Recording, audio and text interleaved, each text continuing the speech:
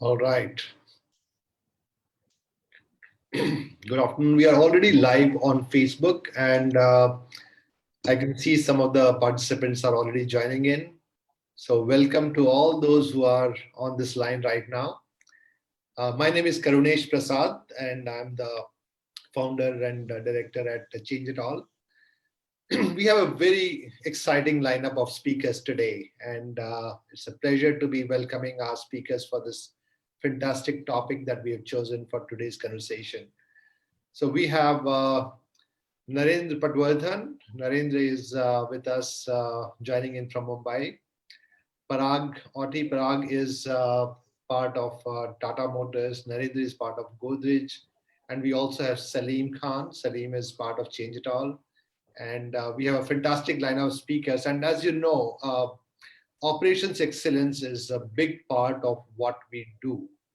Um, as a company, as an organization, and many of us apply continuous improvement, excellence in all our walks of life, including at our respective workplace or even home. So we have taken up this topic where we will be discussing with some of the practicing experts, and I always like to have speakers who are actually people who have been practicing that. So our inputs, our conversation is extremely practical in terms of what people do, how they practice some of the things that they are preaching, and nothing like having people like Salim and Narendra and Parag on this call today. So let me start by first introducing our panel properly. Very knowledgeable speakers. So let me start with Narendra first. Narendra is part of Godrej, and he has been working over 20 years in different parts of ops excellence, industrial engineer by profession, also postgraduate from IIT. He has seen multiple aspects of ops excellence by not only doing those roles in operations as well as areas of improvement, but also practicing that as the leader for one of the business line right now in Godrej. So we'll be learning a lot from his conversation. He has a lot of experience in the area of how he has used that in the factories or the operations that he has been running, and we'll be seeking some real examples of how he has applied that. Parag is, of course, again, extremely experienced professional in the area of operations excellence. He has been practicing that for many years. He's also part of worked with a lot of Japanese professionals in the area of quality. He is internal auditor himself, and also in the area of improvement, Kaizen, quality. He has extremely rich experience that he'll be sharing. And also, we all know that Tata Motors has very good, rich, culture of excellence, and it'll be really good to hear what they are doing. And coming from automobile industry, some of those experience, we know that they are best in class. Some of these practices have actually, originated from the industry itself. So we have a lot to learn in that respect. And then Salim Khan is one of my colleague. We have been working together for a long time, and those who have interacted with Salim know how much of experience he brings in the area of ops excellence, manufacturing. And what I love the most about Salim's work is that, having seen, of course, Mahindra and Mahindra and Tata's very closely working there, as a consultant, he has applied that directly, working with over 100 clients, in the area of ops excellence, using it in banks, using it in manufacturing, using it in many other companies that he has consulted with. So a great panel here. So thank you very much again, Narendra and Parag and Salim, for joining today. Let's get going now. It's a great topic, so I would rather spend time talking and hearing your views. We are live on Facebook, so those who are joining on Facebook, welcome to this webinar today. And let me ask and get Parag to kick off our conversation today. Parag, we chose the topic of ops excellence, and we said that this is what is one of the most important pillar for organizations to grow and get better. I just want your views and help us get kick off on this topic. Yeah, thank you, Karnesh, for nice introduction, and good afternoon, everyone. Good afternoon, my co-panel members, Narendra San and Salim San. Uh, so after working with the Japanese consultant, this has become our habit to put San. So that is a better way of addressing people, and that is one part of excellence itself, I'll call it. So in my opinion, see, operational excellence, many people always talk about tools and principles kind of thing. But after working into that field, I think it is more on mindset. So it is mindset of how you use those tools and principles. So it is actually a company culture which will help you improve the overall performance, and wherein each and every member. So this word is very important because in Tata's and in my earlier organizations also, we have been focusing on this word called each and every member. So total employee involvement, so that they can see the flow of the value to the customer, and not only seeing it, because that is the first step, but actually working to improve the value and the delivery of value to the customer. So over a years, numerous methodologies have been introduced into the mainstream of business culture as way of achieving maybe operational excellence.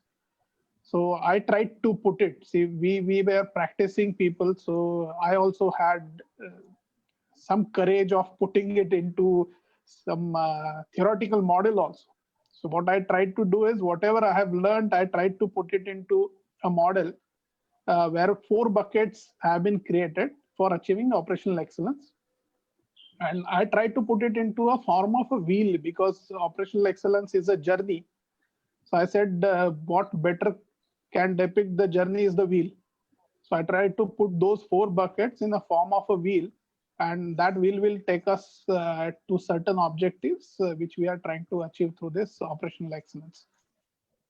So I'll try to project one slide only where I'll talk onto that. Just give me a second.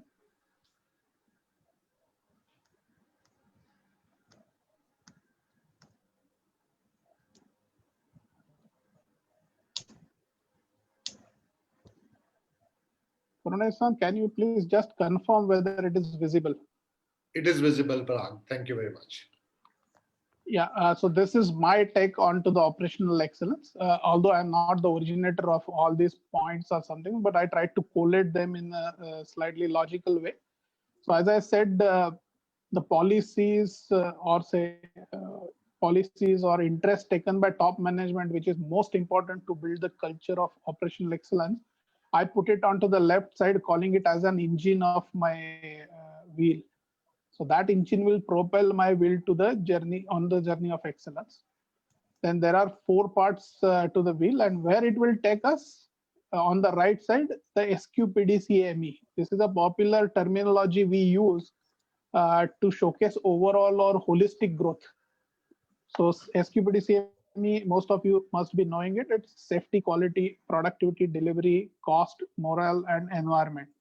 So if I achieve whatever my objectives are onto these 7 parameters, then I can claim that I am on a journey of operational excellence. So it is never going to end. So it is always going to be a continuous journey, but I can always say at this moment, I am achieving some excellence into it. Now, which are those 4 parts? I'll try to slightly touch upon all of them. The brick color or slightly orangish color you will find is asset and facility excellence. So this is one area which is of prime importance, and it will not only talk about say physical assets, life of physical assets, but overall reliability. And what can we achieve through this particular piece of asset and facility excellence is increased OE throughput, or maybe reduced labor, material costs or inventory costs, maintenance costs get substantially reduced, production losses, which actually hamper most of the things in operational excellence, they get reduced because of this. And we are better in achieving the regulatory compliances, improved safety. And naturally, one more point which I have always seen is if my assets and facilities are maintained in a proper way, then I avoid some capital projects also, because I can take most out of that asset, and that asset still perform to the best of its capacity. So I'll get one or two elements from this asset excellence. Like when you want to improve onto the operational excellence or the performance, first is you should know the problems in your company or shop floor or organization. And KK pillar, that is the Kobetsu Kaizen, popularly known in the TPM language, helps you.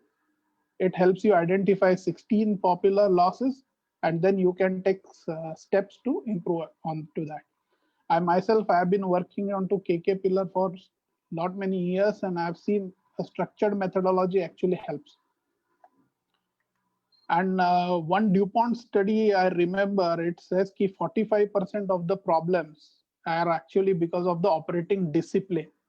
Not a very complicated problem, but they are mostly operating discipline. And this is my experience also. Whenever you touch any problem, it will be generally some discipline that is not followed. And that is really what is a worrying factor that we need to improve. And JH, that is Jishu Hosen, again a terminology from TPM, which talks about autonomous maintenance, that helps in bringing some discipline into the operational excellence category. So we, even in the era of all those industry 4 and everything, one mantra that we generally follow is the CLIT: cleaning, lubrication, inspection, and tightening. Every operator will own one machine called My Machine, and he will do these activities of CLIT. And that is really making wonders. Life improves and your maintenance requirements go down. Then your costly maintenance resources can really focus onto the third part called preventive maintenance. Now this can be time-based also, and this can be condition-based maintenance also. Now, since Karunai-san said one example, I remember one of our, not a consultant, it was our ex-employees who used to come and as a consultant later on, and he was master into grinding. So around 40-45 years he had spent into grinding activity. He used to come and actually put hand onto every part of grinding machine, and he used to tell us what is going to be the failure, when that failure may happen tentatively. And then naturally those things used to happen as he says. And that is called as LLF technique: look, listen, and feel. Like he will touch so that he will understand the temperature and vibration. That is the feel part. He will hear the noise. So that is the listen part. He will look at the condition, how the parts are rotating, and then also he will try to find out. In today's world, this is what we generally try to achieve through IoTs. But the basic remains the same. That is LLF: look, listen, and feel. So I think people, when they get into operational excellence, this is what actually starts happening. People are able to understand the problems, and then people are able to take corrective actions beforehand only, so that it doesn't get into a big issue. One more I'll touch upon before moving to other areas, the 5S. Very popular term, but in my opinion, it is really undervalued. People generally try to, whenever I talk to somebody on 5S, they will always tell me all the 5S, and that is the theory part, but really they don't follow it. In their opinion, 5S is nothing but only housekeeping. But if you really follow 5S only, that itself will take you on path of operational excellence also, because it will help you have a clean and orderly workplace, so that it starts exposing the waste and abnormalities, so that they become visible and then you take action. I remember one incident where earlier machines used to have trays at the bottom. And why those trays used to be there? Because they will collect the oil if there is any leakage, and my shop floor will not get bad. Then after a few years when practicing TPM came the concept. I'm telling this long backstory, around 15, 20 years backstory. So then came a concept that you should raise the height of machines so that any leakage you should be able to immediately address rather than collect the oil in a tray and then throw it out. Because that leakage is an indication of some problem happening somewhere. So earlier we used to hide the problem. Now the concept is to showcase the problem. Two concepts I like here is CLIGO and 30-second rule in 5S. So that I always promote wherever I go. Even when I go to my channel partners, there also I promote this. So CLIGO means clean as you go. So generally people have tendency that they will spill something and then they will say, okay, we will clean it up afterwards, and then it becomes a project. So clean as you go. Whenever a mistake happens, immediately correct it rather than piling it up. And 30-second rule is, this is very much important when Salim San will have some insights onto maybe further on to lean and all those parts. Any tool or any file you should be able to pull out into 30 seconds. That should be the ultimate aim of achieving a better 5S. So I think this is what I have in mind when I talk about asset excellence. Next is maybe quality excellence. Here also I'll only talk one line onto it is do not accept defect, do not build defect, and do not ship defect. This is one policy with which we work, and this is helping us a lot. Then comes the flow excellence part, where we have divided flows into 7 flows, like flow of raw material, flow of WIP, flow of finished goods, flow of operators. So earlier 3 were material related flow, and this is operator related flow, like their motions. Then flow of machines, whether things are happening as per cycle time or not, or they are getting obstructed, or flow of information. This is very important in today's world. Then flow of engineering, like tools, whether I'm getting tools on the right time or not. So that is where that 5S also will help me out.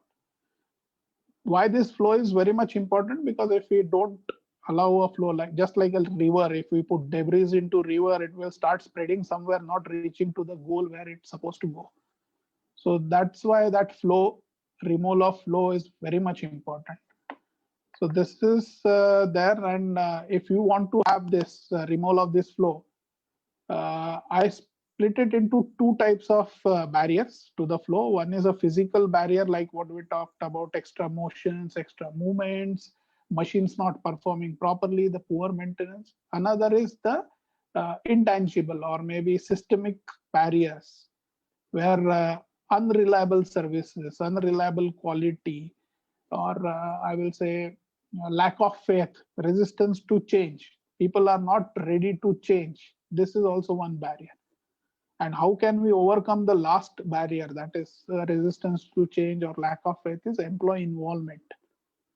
So that is the 4th spoke of this wheel, employee excellence. By involving people into improvement, by involving people into decision making, you can always improve the employee excellence. So I think these are the 4 elements. I've tried to put it into a form of slide based on whatever I have learned, whatever I have tried to practice, and whatever I have achieved. So that is my take onto the operational excellence for overall growth. Yeah, thanks, Karunesh. This was my take. So no, thank you, Parag. This is awesome. Very well explained, and what I like the most about it is the practical aspect of why this becomes very important to work on something very basic. So the example you gave about 5S, for example, yeah, we really tend to undermine that, and we'll say, this is all about housekeeping. But the value, and I have personally seen, Salim has done some work with a few of the clients only focusing on 5S and getting some outstanding results. So we've seen very closely that how that can actually help. And also the simplicity of the 4 buckets that you explained, Parag, that was fantastic.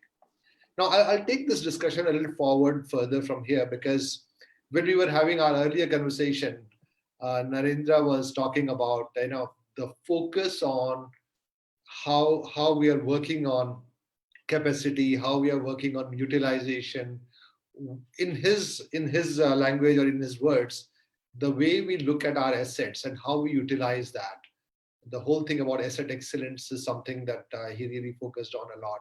And again, we have seen very closely with some of our team members working with Narendra and his team, that how, even if today we have in India, for example, limited space, manufacturing space is limited, but we are continuously working on expansion of capacity, further enhancing our ability to be able to do more.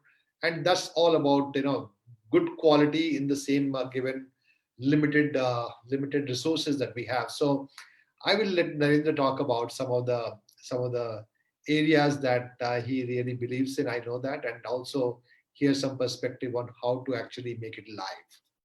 So Narendra, over to you. Yeah, thank you, Karunesh. Thanks a lot. And I will be speaking about the asset excellence, part of which is the initial discussion with Parag has already talked about, but I'll take it a little differently. I'll just give me a moment to share my screen. I have a few slides to support what I am talking about. So, Karunesh, you can confirm that we can view. Very much, Narendra. Thank you.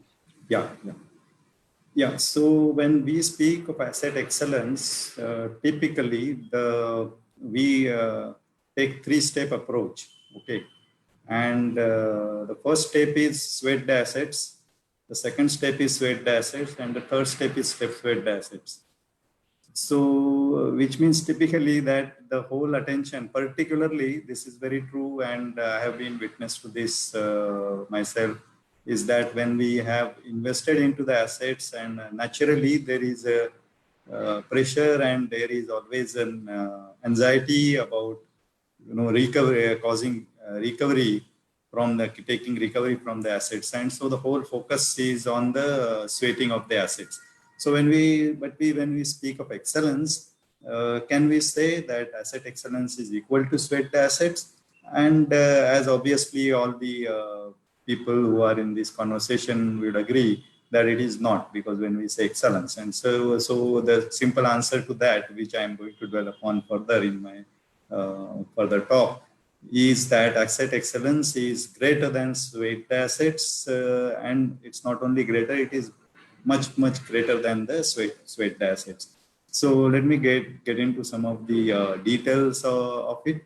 So why do we say that, and what do we do when we go beyond sweat the assets? So when we say sweat the assets, as I mentioned, it's about ROI or ROCE. So when we have invested in an asset and we want that the asset must run all the time, and the asset must produce efficiently, and the asset must produce with the maximum capacity and the capability that we have invested into. And so the whole focus is on that asset. There are a few things in that process which we tend to I will not say ignore, but at least not give it the same priority or importance as we give it to ROI or ROCE.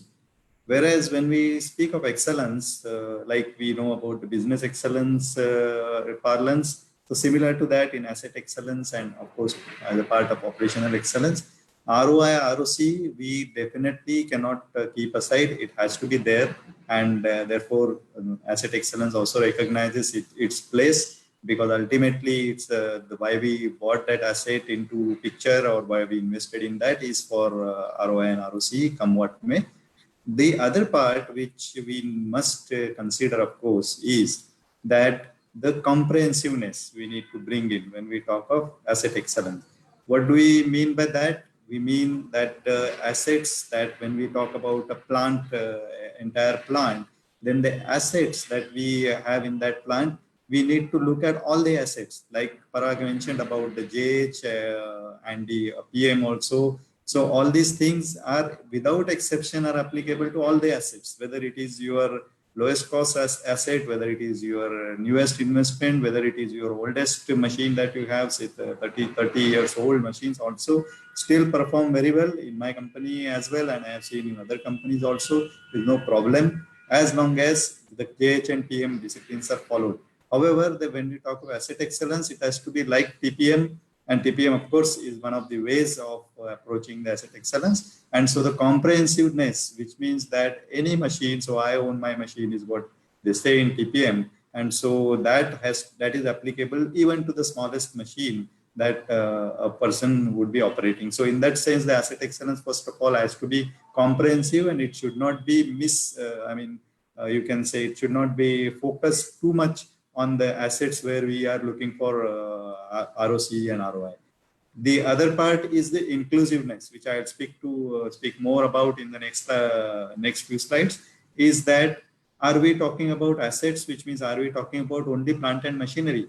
So no. So today the assets have to include human assets, because the human assets themselves bring in a lot of capability and capacity, of course, with them. In certain cases, like you may see the assembly shops, for example, you have the human assets actually run the assembly shops, and it is very, very important for a company to recognize the importance of human assets as almost equal, or in fact can be more than that in case of, say, IT companies or any other businesses where they are not machine oriented, rather they are human oriented businesses, industries. And so we have to consider, when we talk of asset excellence, it has to be inclusive. It has to consider all types of assets, including human assets. Third part of any excellence journey would be that it has to be stakeholder centric. So we just cannot be focused on the finance, or the top management who expects the returns from it. But we have to consider customer as one of the stakeholders. We have to consider employee as one of the another stakeholders. We have to consider society as another stakeholder, and so on and so forth. And so asset excellence, so all these things apply to asset excellence as well. Other part is futuristic. So when we talk of assets, we cannot afford to be only content with having the right technology or the modernist, the latest technology which is available today. And so we say, okay, we are happy with that and we are doing excellent work, or we are on the path of, or we are at this state of asset excellence. We cannot say that unless we have assets which are invested into with a futuristic viewpoint. What is going to give me returns over the next 10 years, or not only 10 years, maybe over 20 years or 30 years. So that kind of a futuristic approach is also important when we talk of asset excellence. And the last point what I cannot I cannot exclude at all is the sustainability, which is becoming very crucial in today's day. So good and green is what at Godrej what we say. And so good and green are equally important. And so the green part of it must be looked into whenever we are talking about asset excellence, with particularly old assets we need to take care of very well from that point of view. And when we are buying new assets and machines are new, that time maybe the green part of it from that point of view. Nowadays, anyway, the machine manufacturers are already sensitive about this part of it. And so, but as a company, if we are on an asset excellence journey, all these points are important. And that's how we say that it is much greater than the ROI and ROCE part of it. Now, coming quickly to the next portion of it, I talked about the human assets. Now, what is the classical viewpoint once again? What is the excellence? What is the fundamental or the basis of excellence when we say hard work? If the human assets are working hard, they are hardworking, and they are doing lots of extra work, lots of overtime, and they are doing seem to be doing a lot of hard work. We consider that our company is having human assets wise. We are in the excellence journey. Whereas it's not at all so in the current parlance. You say the skills. You cannot be only having hardworking people. You have to have people who have skills, because these are the things which are going to give you the differentiation in the market. And so since any excellence is all about creating differentiation for yourself. And so when you say asset excellence, so your human asset skills become your differentiator, then yes, you are, you can say that my asset, I am on the path of asset excellence, and my human assets, I am considering them from that point of view. So skills, the effort efficiency. Now this is something which is, the workers develop over a period of time as to how much effort you are putting for an activity. And this also typically becomes, again, a differentiator, that certain companies would have the people who would do the same thing which in the other companies some other people are doing with much more efficient effort efficiency, because they develop those. One is the skill, that is the way you actually achieve that job, and other is the how much effort you put into that. So that type of a skill, the quality, of course, we cannot dispute it at all. And like Parag said in one sentence, so there is no further discussion required on that. So the quality differentiates you. The productivity, of course, it differentiates you. We know that there are various productivity measures that we take when we consider the human assets. The last point, this is not actually the last point. The next point is the morale, that your people, the human assets, what is the morale? And so, like again, Parag said, relating it back to SQPDMCE. M in that is again the morale part of it, which is definitely essential, and which actually bring you into the category. You can then categorize yourself as being on the asset excellence journey. But coming to the last point, which has become the most important today, because we are talking about it in today's parlance and in today's situation, today's circumstances, even in the COVID situation that we are into today. All this, what is becoming the most crucial part of it is the human assets and the knowledge that they possess, when they join your company, the knowledge that they enhance when they are in your company, and ultimately it's knowledge that they carry with them and they keep on enhancing every day. It could be the product knowledge, it could be the process knowledge, it could be the technology knowledge. This is all something which creates that cutting edge or the competitive edge for you. And so this is what we say that is the part of when we say asset excellence, when we talk of human assets. Now coming back to our conventional word of assets, the way we use, that is for the plant and machinery.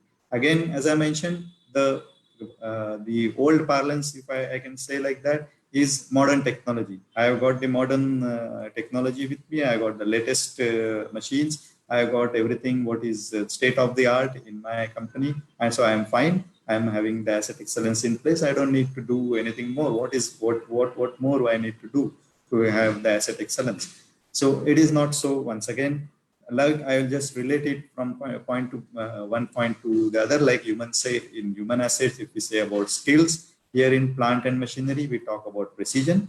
In case of human, if we say effort efficiency, here we have to look at energy efficiency. We have to look at accuracy, similar to quality. We have to look at the cost effectiveness. And last is about the environment, as I mentioned, about the sustainability. And so all these things put together, when these are added to the modern technology that you might possess, you may not even possess the modern technology, but you have all these other 5 things that you are keeping an eye upon, and you have measures and you have the methods to control them, then you are on the path of asset excellence, even when you are maybe a step behind in the technology part of it. And if it is sufficing your purpose, then nothing, no modern technologies further to that is required. And once again, coming like in human assets, we talk about knowledge. In today's situation, I would relate it to Industry 4.0. This is again the knowledge that gets gathered from the plant and machinery. In fact, I just got this message from my IoT software, which I'm actually monitoring that while I'm sitting at home. And in fact, it came at the right point of time. So this is the Industry 4.0, which is about IoT, artificial intelligence, machine learning, automation, and remote diagnostics, the predictive maintenance part of it, which goes a long way in implementing the PM, like Parag mentioned about the condition-based maintenance rather than a time-based maintenance. And of course, then, so all these things actually do what? it is something like what it does, what the knowledge does to the human assets. So this industry 4.0 is very similar what it does to the machinery or plant in the similar way. The way human assets have used their knowledge, and therefore they can do the same job much better over a period of time. The same way using industry 4.0, you gather so much of classical, important information, which helps you that this machinery, actually like machine learning, for example, the machinery is actually becoming more and more intelligent and more and better in its own place. It is just sitting there, the same machine, what would you had, say 5 years back, the same machine you are talking about. Today you are using the same machine, but because of industry 4.0, the knowledge about that machine is enriched so much that probably you are using it much better than how you used it 5 years back. And also you could maintain it in all these 5 years. So this is the context overall, what I wanted to set for today. And so this is the two type of assets what we see. And I have brought in some of the real life examples right from a current organization itself. Some of these photos that I just mentioned to you about from my IoT software. So these are some things which show me as to what is going on. If you see a lot of greenery over here, I am a happy plant manager. Okay, all my machines are in green, which shows me that they are working, that the program is running. Nothing is manipulated in this, by the way. The green part of it is something which the machines are telling you. So that's where the Internet of Things come into picture. When the things start telling you what they are doing, rather than somebody else telling what their machine is doing. And that makes a world of a difference. That really sets all those doubts. You set yourself free from all those doubts that come to your mind when you see otherwise the manually filled or even in the system data entry made by the operators, and then you try to analyze OEE, and you see there it's a 95% OEE that you see typically, or maybe 90%.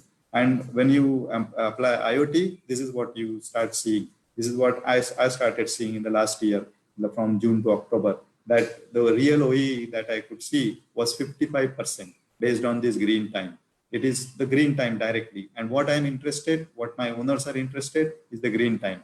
I'm interested in the rest non-green part, which I can analyze over here as a loss analysis, as again Parag mentioned about the TPM losses. So we classify that these operators are already scanning with respect to those losses, and so we know exactly what is the split between the breakup of those losses. However, what is critical, and this is directly seen by the operators on their screen on the machine itself, and so they are very much sensitive that I have to have a good green time. Otherwise, this is a different type of a green that we are bringing into. And that's how we see it improving.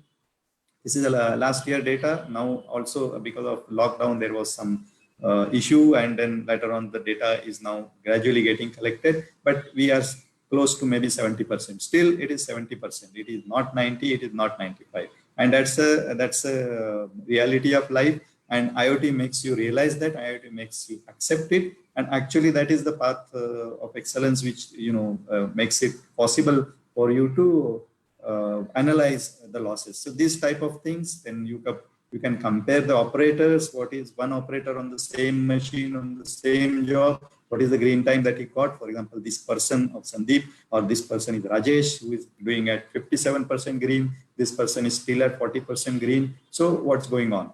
So these questions start coming in. So this is how the industry 4.0 really is, giving you the insights which previously we could have collected. One, we did not have the right data because it was manually collected data. Now we can be 100% sure about the data because the machine is giving you the data. And other is these insights that now we have the time, we have the softwares to analyze, and quickly all this is live right now itself. We can just filter out a few things and see. And this adds a lot of power. So I just put it into perspective, these building blocks. So I'd say, okay, asset excellence, it looks like, say, the two sides of the brain, or you can call it ears and the earlobes. And the prominent one is on the human side, which is the left side, actually if you are looking face to face with this person, say, and then the knowledge is the as I mentioned, and the industry 4.0 on the plant and machinery side. Does this complete the picture? In my opinion, no. So what happens? So now I come to something kind of which I had received as a joke on WhatsApp actually. But if you look at it, think over it deeply, there is some sense in it, a lot of sense in it, in fact. Okay, and this is what I tried to relate with my previous mind map, that this artificial intelligence and the other part on the human side is about the natural stupidity that might, actually spoil the show. You have brought in the artificial intelligence and you have brought in so much of knowledge and so much of industry 4.0 and all the insights that you have now, and but you are using it in a stupid manner. It is very much possible, and that is because you are not using it correctly. It's not because the technology is wrong. It's not because industry 4.0 is wrong. It's not because the human assets don't have the knowledge. It's about the focus. It's about aligning yourself with the business priorities. So that is where I try to add to this picture two eyes. So when you say you have brains but you didn't have eyes as to where to apply and what to look for. So these are the eyes that you need to add when in your excellence journey, particularly on industry 4.0 side, is that you need to look at the throughput side of it. Which assets are important for your throughput?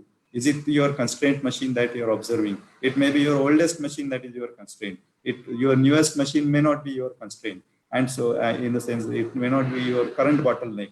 And so what is the current bottleneck? Are you actually then the focus of your energy and your data collection and the analysis should focus towards that. Unless that business intelligence is brought in, all this industry 4.0 will do is to drown you into an ocean of data. And like Dr. Goldratt says, so then the haystack syndrome will play and we will be nowhere. In fact, we will be probably worse off than what we were maybe a few years back without industry 4.0. And so it is very, very crucial that the way we use industry 4.0, looking at what is my asset giving is flexibility. Today we need flexibility more than delivery cost quality many times, because the customer needs are changing. They want you to produce this product today, they want you to produce the other product tomorrow, and all those things. So quick changeover, all those things come into the asset excellence. The other part is the utilization. Am I using the capacity correctly? Am I using the capability of the asset correctly? Both things matter. So all these things when we bring into picture, then actually we say, okay, we have some. So now we start saying you use the Power BI. We start to say that where is my bottleneck shifting, and then back it up with this IoT data. It gives you very good results. Now you see what is the overall cycle time wise, what is my OEE, like Salim will talk about it, the value enablers. So there are some part of it which you need to do is despite theoretically not being the value added time, but so this VA, VE and that kind of intelligent analysis is what you need to see. And so these are the things. I think I'm taking a bit of an extra time, Karunesh, with your permission, maybe another 2 to 3 minutes. But so that because I feel that still the picture is not complete.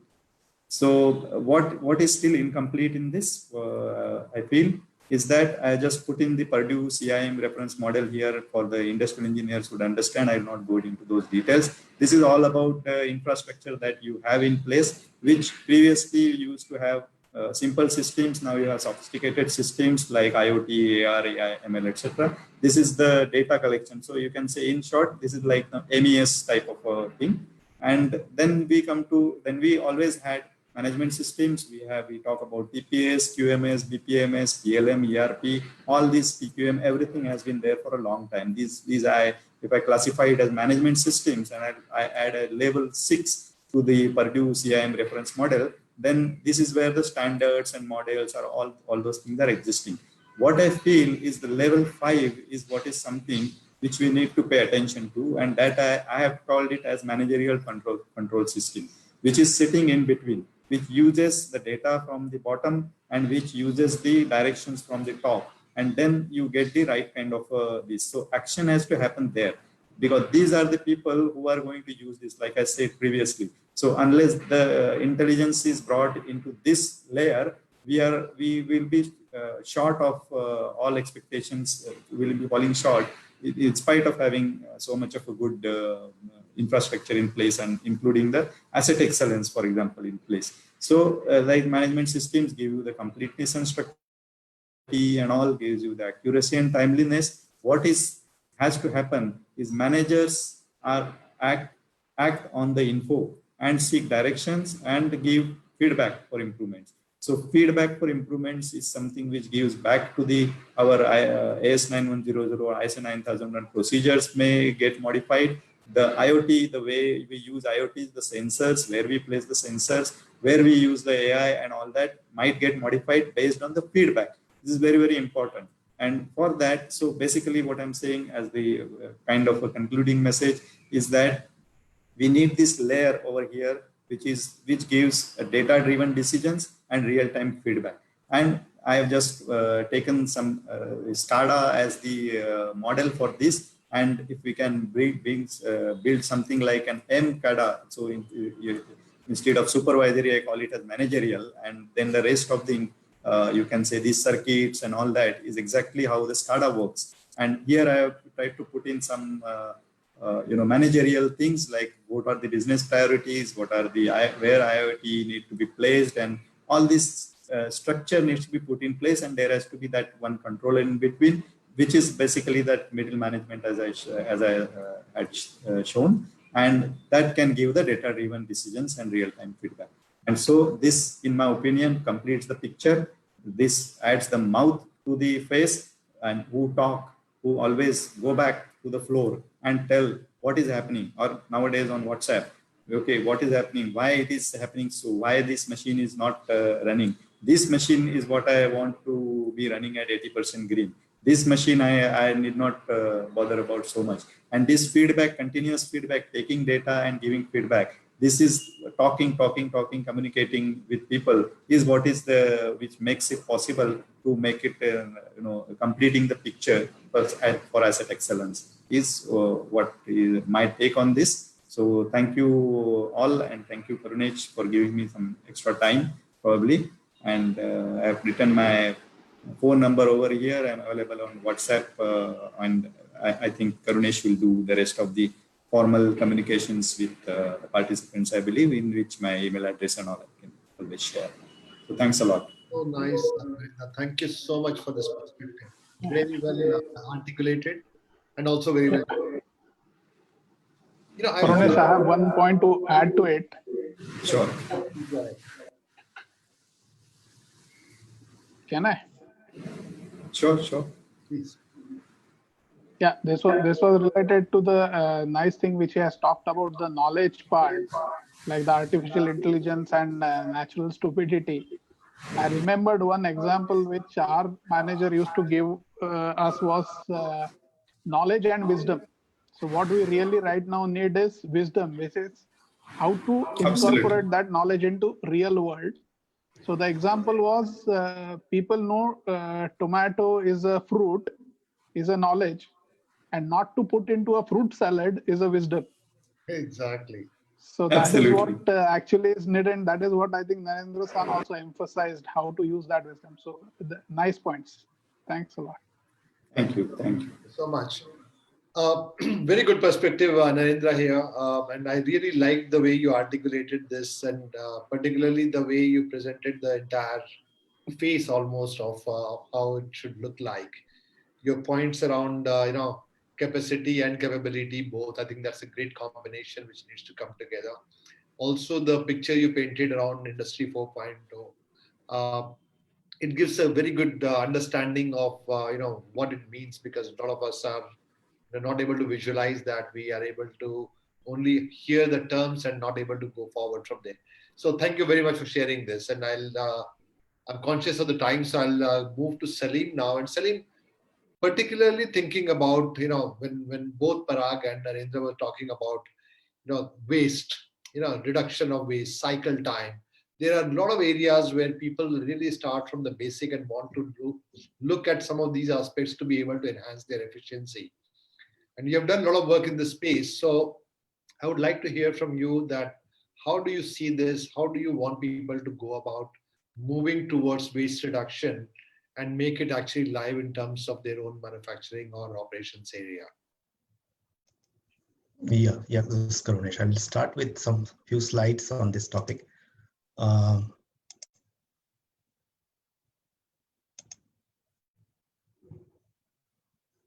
You are able to see this?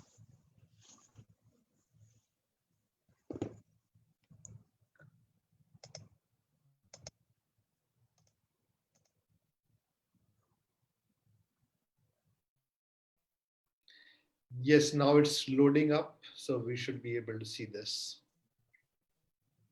Please go ahead, Salim. Yes.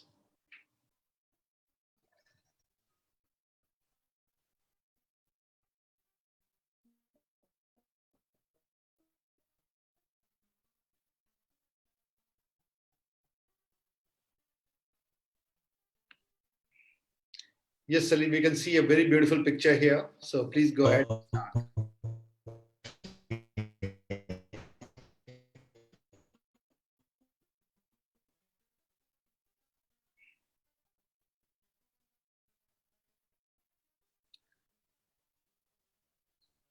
Salim, your connection doesn't seem to be very good. So while you're fixing your connection, I'm going to ask a question for Parag while you are talking about, while you're setting up your screen. So go ahead and share your screen. Parag, question for you. So when we talk about waste reduction and cycle time reduction, and we constantly keep hearing the fact that there are very matured organizations, there are also some very emerging kind of organizations who are still struggling with the basics of operations efficiency and excellence. What would be your advice for people who are starting their journey when it comes to waste elimination, cycle time reduction, accuracy enhancement? How do they start the journey? Where do they start? See, since we are in a era where data plays an important role, and that is also one of the major resource, naturally you need to have all the data available where the wastes are.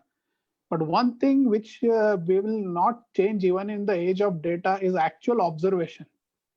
So having an Kaizen eye, what I call it, people have to stand onto the shop floor or area of work. We call it Gemba. Yeah. So people have to be at the workplace, observe it on their own. Data will always help you, but still your own instincts, your own vision of looking at the actual condition will matter. So people who want to go on to this journey of waste elimination, first is bucket the wastes into various categories and start collecting the data, because data's fact-based decision making will help you out. But people who are working onto it have to be necessarily onto the shop floor and at the workplace. If it is the waste elimination of office work, then you have to actually sit in the front of that fellow who's doing that and do the observation, apart from looking at his clocking inside the computer also. So that is one kind of data you will get, but look at the activities he carry out, make your own observations, and then take actions based on the combination of both these things. Got it. The fact based. So that is one point people have to really work on. Thank you, Parag. And it looks like Salim is again sharing his screen. So Salim, you want to keep going now?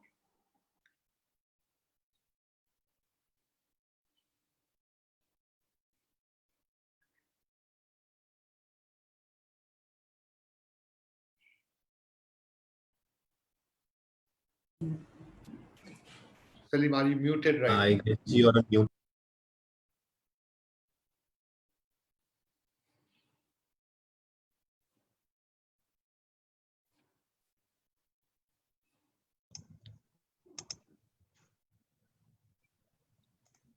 Salim, are you able to hear me? And if you want to continue. Hear you now. I think, is the audio there now? Yes. Okay. Yes, we can hear.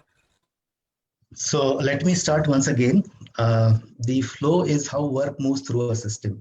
It basically includes flow of raw material, flow of work in process, flow of information. A good process flow means work moves steadily and smoothly without any hurdles.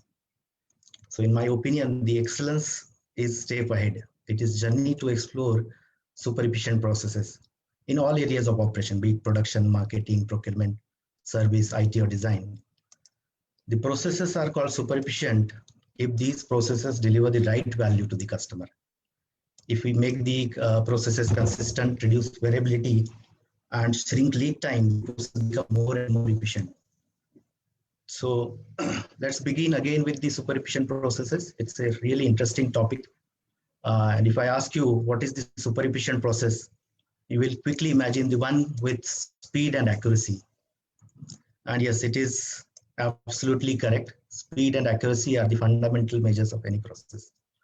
So super efficient processes are well defined, clearly communicated. They are easy, done neatly and smartly. Speed that does not mean hurry or fast. It is explored continuously for lesser and lesser time. So if you connect the next factor to the speed and accuracy, it would be capability. People and culture together helps to develop the organizational capability to design, sustain the super efficient processes. We need people with right skills, deep knowledge of the process. They're committed and aligned to business goals. And we need a culture of lean thinking and continuous improvement. So to take an example, if we relate this with checkout counter experience, long queue is an indicator of flow obstruction. It can be due to maintenance process. It can be due to resource planning process or due to system updation error. The efficient process removes the obstruction to the flow. We can talk about many more examples. You can visualize the obstruction to flow. Like what is the flow obstruction for tasks in to-do list are not being done? What is the flow obstruction when people are waiting for incoming parts? And what causes iterations and delays in engineering proposal? If the processes are super efficient, we will not have flow obstructions.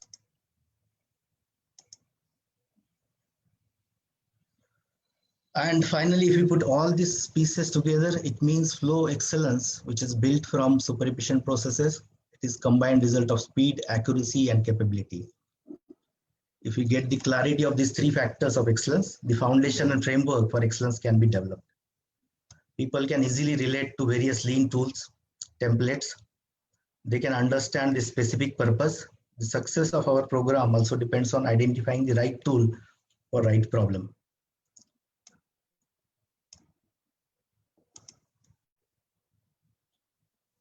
Now we can connect the various process parameters and KPIs. Let us take the example from our recent project. This is one of the example of flow excellence from our recent project. The company is well known for excellence. It is a brand which people trust. They have the best technology, the best people. This plant manufactures small precision sheet metal components. Major challenge is low volume and high variety. Process has many steps, mainly driven by work orders with varying batch sizes as per demand. This plant operations are controlled and supported by very efficient ERP. Product and processes of the entire company are going through a learning phase at this particular time period of project when it was done. We identified several flow obstructions, identified a few unique solutions through everyday shop floor meetings with all people, including operators, and that was real Gemba Kaizen. And then finally, to shift the focus from production, shift the focus on production effectiveness, we developed a lean metrics dashboard. People started noticing the difference within 6 months. Many changes are done, resulting into lead time of 10 days. So you can see the flow and things which were blocking the flow. In the next example, I'll quickly go through this. This is for a company which is having unique product lines, global leader, very well known for the quality and trusted for their engineering capabilities. This VSM is for large mechanical assembly. This has got many parts, 2000 plus small parts, and this has been in operation for last 30 years. Here you can see there's a significant difference in the work content after we implemented the flow principles here, and the work content is reduced by 1/3. And this is the final slide to end the discussion on flow excellence. Is basically this is the example of developing a flow excellence using our 4A model. We have developed a change management framework. We call this as 4A. It has got 4 phases, and these 4 phases are guiding directions. Change managed through all these phases ensure that every aspect of change is addressed in best possible way. The flow chart is one example demonstrating the change flow expectations and learnings at every step. People feel connected, and the purpose of change is valued throughout the change journey. You can see 9 steps divided into 4 phases. Yeah, thank you so much. This is great, Salim. Thank you so much for sharing that. And of course, those who are not familiar, 4A model is our change it all's, our own model, and we have been applying that in various scenarios, right from banking to manufacturing to healthcare to oil and gas. So many different companies have used that as the framework for change management, and it has really helped a lot of organizations in that respect. So I know that we are almost on time now to conclude this, but we can't let such a good gathering go away without some of the takeaways from such a great conversation that we had. So 30 seconds each, I would like to hear again from Naren, Parag, and Salim. If you were to give a takeaway or a tip for people who are working on particularly ops excellence in the area of manufacturing, what would be your suggestion or guidance for them to start their journey or take their journey to the next level? So Narendra, why don't you start? Yeah, sure, Karunesh. So I would come back to the same point. Now we have a lot of modern tech available to us. Now this lockdown and these things have actually changed the way we work, and still we are able to manage more or less with the same or maybe increased efficiency at times. And so we have, and the digitalization, particularly the Industry 4.0, the utility of that has been realized, you can say, more than what we could in the past, because we did not pay so much of attention, probably because that was not the necessity. So it's like necessity is the mother of invention, they say. And so that has taught us some good things now. Now it's time for us to actually, once again, as I said, apply, and as Parag also endorsed about, apply the wisdom as to apply it in the right way, and then look at it as a very, very integral part of our operational excellence journey. So always, I mean, it's the lean or the operational excellence which comes first, and the enablers come later. So if we have to say a takeaway, it has to be, the sequence need to be correct. If we go the other way, then the digitalization will rise and fall, and ultimately what benefit we would get is always remain questionable. It's what would be my take. So well said, and I always talk about this. One of the famous poster that I put in any of my conferences is simplify before you digitize. And exactly what you're saying here, that unless we put the basics in place, digitization sometimes doesn't help because your basics are not in place. Thank you very much for that tip. Parag, quick one from you. Yeah, I'll again stick to the wheel model, because I showed it going on a straight path, but actually it's an inclined path. So if you don't want your wheel to roll back, then one point every company has to start using is the daily work management, because that will act as a wage to avoid the rollback. So please read, whoever is there or anybody whom you are teaching this part is to ask them apply daily work management, a very powerful technique for excellence and sustenance. And second is the total employee involvement. Like Salim also talked about those processes, even Narendra San also talked about the people or human assets. So total employee involvement, 3 things you have to do. First is create an environment where people feel safe. So safety, then innovation oriented, those things of that kind of environment you'll have to create. Second is the capability improvement. Classroom training, online training, then on the job training. One thing which we do in our company is the extra assignments. Like people will work in my department as a regular job, but they will do extra assignment after the job just to learn something.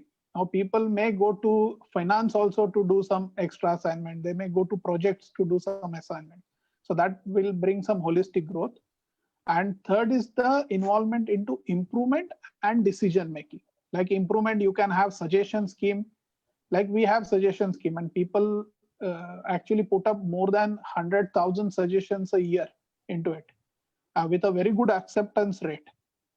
So that is really bringing good change into organization. And second is the involvement into decision making. You can form some quality control circles or self-directed teams or self-managed team, and let them do decision making at a smaller area. That will also bring a lot of employee excellence. We have around 600, 700 self-directed teams, and people take care of their own peers also. So that is the real thing that will bring in employee excellence. And then that will complete the piece also, which Narendra and Salim both they showcased. Like people will be the last piece, means actually that is the base, but that if we don't put that into the entire diagram, that diagram may collapse anytime. Exactly. Great point, Parag. Thank you so much. And it sums up very well in terms of the focus areas and the basics of what one should focus on. And I like the fact that we are talking about discipline, we are talking about daily management, and it really helps a lot to be able to get the discipline into the system. Salim, 30 seconds for you to stop the entire conversation here. So I would add finally is that excellence with human touch is a need. It's like human and people-centric approach for the excellence.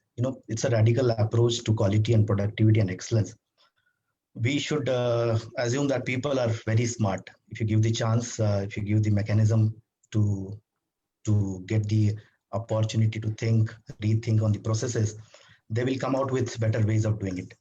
And finally, I think you can't copy paste excellence. It is something you have to live up to it. You have to develop your own path, your own journey to the excellence. And that is, I think, it's very, very important as an operational excellence journey. Salim, you said it right. I mean, there's no one size that fits all, because each organization has different processes, different culture, different type of people. And I think bringing it all together also requires customized solution. But back to the points that both Parag and Narendra made very well is that the basics don't go away. The basics are always in terms of the eye to the details, looking at the opportunities, continuously working on that and creating that excellence. So thank you very much for joining today, and really appreciate the time that you spent. Narendra, Parag, Salim, thank you very much. And all the audience watching this right now, those who joined today and those who are watching this later on the Facebook, thank you very much for joining today. Really appreciate it. Thank you. Thank you. Thank you, Pranesh. Thank you, everyone.